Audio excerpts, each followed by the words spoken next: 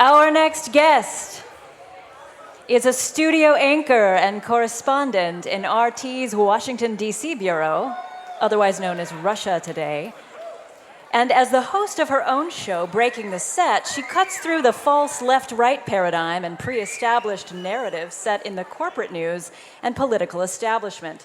She's known for undermining the mainstream media propaganda while calling out the real players behind the scenes. She also happens to be a talented visual artist. Ladies and gentlemen, we now present Abby Martin.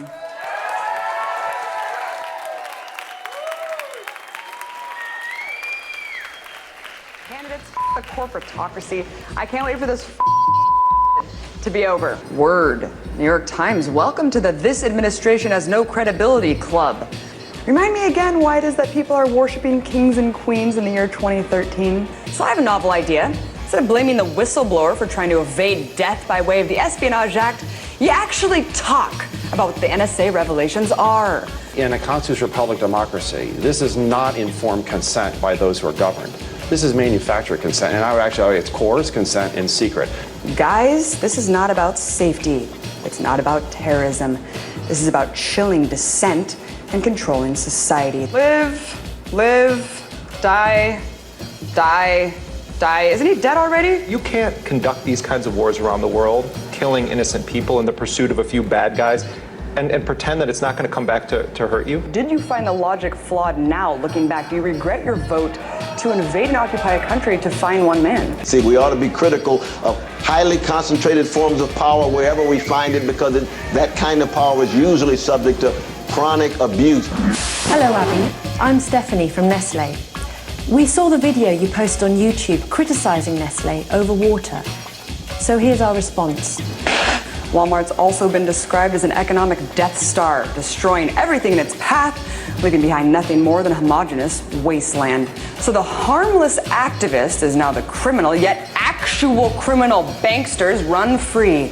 Well, I'm glad this government has its priorities straight. So, do you shackle down your mind and subscribe to old school paradigms? Or do you liberate yourself by acknowledging reality? Sure, the world would lose its innocence, but wouldn't you rather know the truth?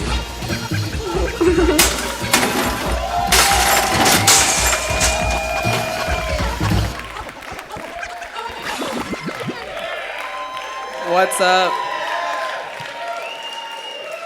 Wouldn't you rather know the truth? What's going on, guys? I'm Abby Martin. That was a little kind of sample, the best of clips from the first season of Breaking the Set, my show on RT America, to celebrate the first season of over 200 episodes. So it's really, really awesome. Thank you. For all y'all fans, that's really cool. Thanks for coming out to see me speak. My roots have always been in activism. Since I was 18. In the wake of 9/11, I became an anti-war activist, and then a 9/11 truth activist, and then a media activist when I realized that without a medium to tell your message, you can't get heard. So I started my own media organization called Media Roots, where I produced hundreds of multimedia stories covering the front lines of Occupy Oakland, etc. And that's the premise of how Breaking the Set came into fruition, was taking the concept of that kind of that grassroots activism and cultivating media and bringing it to light on a larger platform. Needless to say, though, researching traumatic as fuck news on a daily basis is debilitating, severely depressing. Something that's always kept me sane is art. I started making abstract art as purely a catharsis for the political activism that had dominated my life at the time. And there's always been one quote that stuck with me throughout my artistic evolution. It's by the great jazz singer and human rights activist Nina Simone, who said that an artist's duty is to reflect the times. And in that vein, I realized that art is one of the most powerful tools that you have to relay profound social commentary through symbolism and imagery alone. And right now, art is facing a severe existential crisis. Not only are we seeing art is one of the first programs cut from public education across the nation, but there's a serious lack of prominent political artists that challenge the status quo. Many political artists have become victims of mass commercialization and corporatization, and in turn, their message becomes very diluted. One of the best examples I can think of is Shepard Fairey, the artist who coined the viral Obey brand, someone who I used to admire tremendously, and that's really where this image came from. It's a depiction on one of Shepard Fairey's prints, Make Art, Not War. It's my interpretation of his works, which he takes, old propaganda posters from various revolutionary struggles. A lot of it's plagiarized, but that's besides the point. But unfortunately, Fairey became the very thing that he opposed. I mean, he coined the most prominent image that pushed through Obama's election and his presidency. So it became almost a mockery of himself. But after coming to terms with this hypocrisy, I realized how much blood, sweat, and tears that true artists pour over their works is overlooked. And it's been replaced by mass-produced Walmart prints for $10 or a bourgeois, highbrow, elite art gallery culture. And also, I was living in Oakland for a while, a city that was alleged to be one of the largest counterculture art hubs in the nation, yet I wasn't seeing that there. And I was really shocked at how little political art I actually saw throughout the city. So that's when I decided to shift my artistic focus into critiquing the very things that I rallied against with my words on a daily basis. I wanted to show you a next piece. Do I point it up here? Sweet. It's called Addendum, and it was inspired by watching the documentary Zeitgeist, Addendum.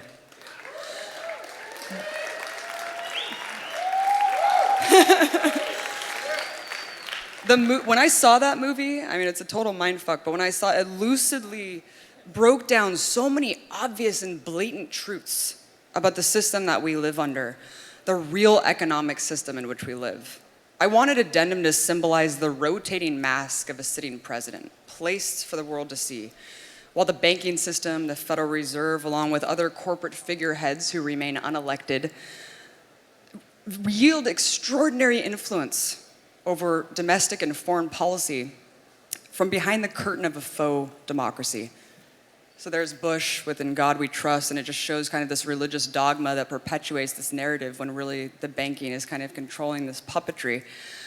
Moving on to the next piece. Oh no. Yes. Killing Hope. It's obviously a depiction of Obama's logo. Never before Obama's presidential campaign had I ever seen a candidate brand themselves like a corporation. His official logo, as you all know, is that giant blue O sun rising over this dawn of a supposed new horizon, a new beginning, one that never came. Almost a year into his second term, Obama's not only perpetuated the most horrendous, unjust, and inhumane policies of the Bush administration, but he's exacerbated them.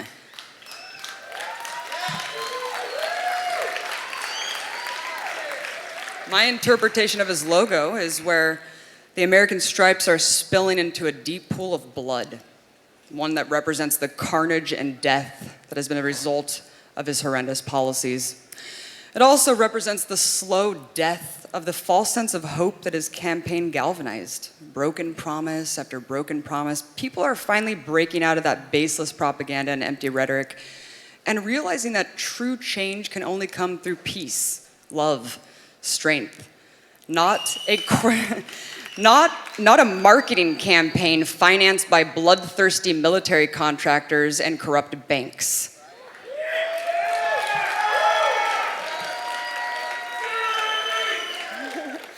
This next piece is called Blood on Their Hands. It was fun to make. It represents the criminal complicity of the entire political and corporate establishment. Democrats and Republicans, they're two heads of the same beast. We all know this.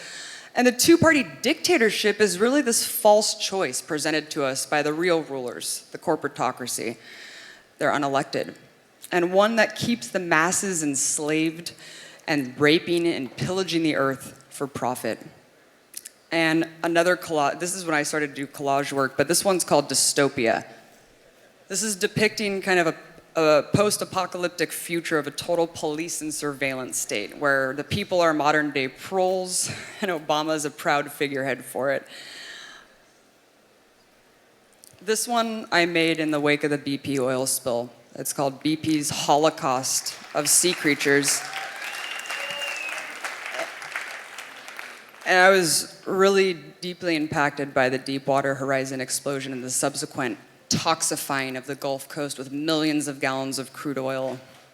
Bush and Obama are both depicted in it because, as we know, both are equally complicit in the continuation of a two-tiered justice system.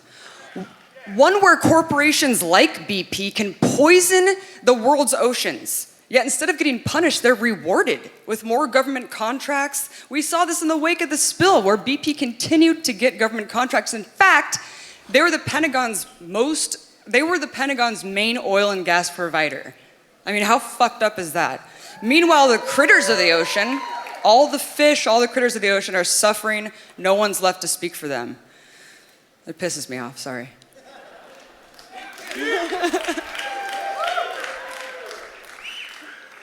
Next, thanks. This is riot cops. This is a photo that I took of a line of militarized riot police in the wake of Oscar Grant's assassination in Fruitvale, close to Oakland. The cops look so absurdly robotic and aggressive and insane with their paramilitary batons that I just wanted to take this terror and intimidation and make it into something beautiful and whimsical. And can we go next? This was in the wake of the Fukushima nuclear meltdown. I was deeply impacted by what happened in Fukushima because I didn't realize the perils of nuclear energy until that time. I didn't realize the technological insanity that we were facing, the horrifying reality of the pitfalls of this technology. The image was intended to show the utter despair of humanity in the wake of Mother Nature's wrath, where a technology we created ended up wreaking untold havoc on humanity because of the carelessness and short-sightedness of humankind. But turning to more positive art, I wanted to now share a piece called Dream Peace. I mean, it's inspired by the notion that inner and global peace is something that we as a people should continuously strive for. And really, every day as the sun rises, it gives us a new chance, a new beginning to be better people. Really, that's really what it's all about. And and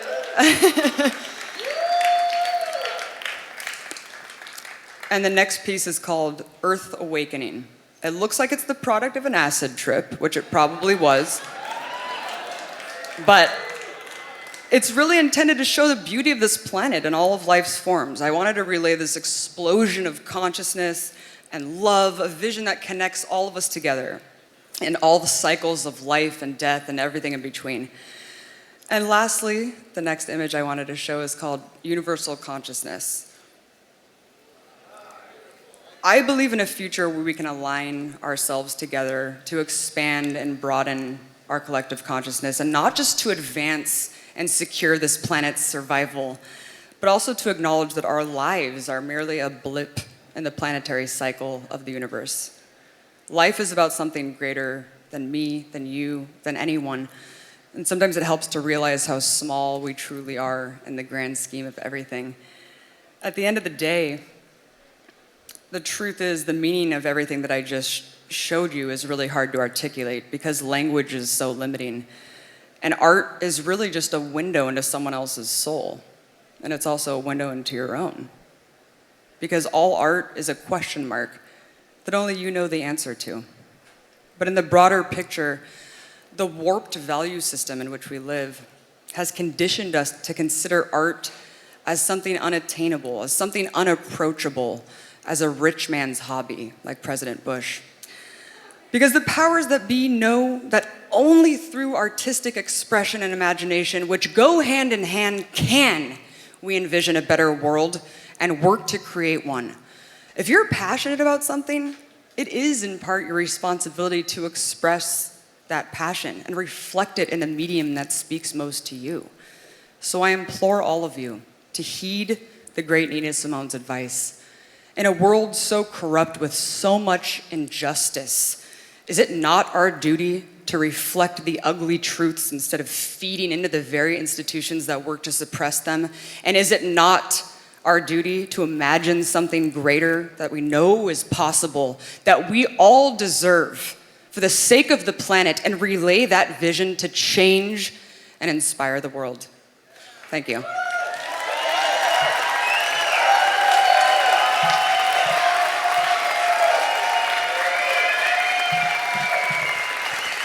Thank you, Abby Martin.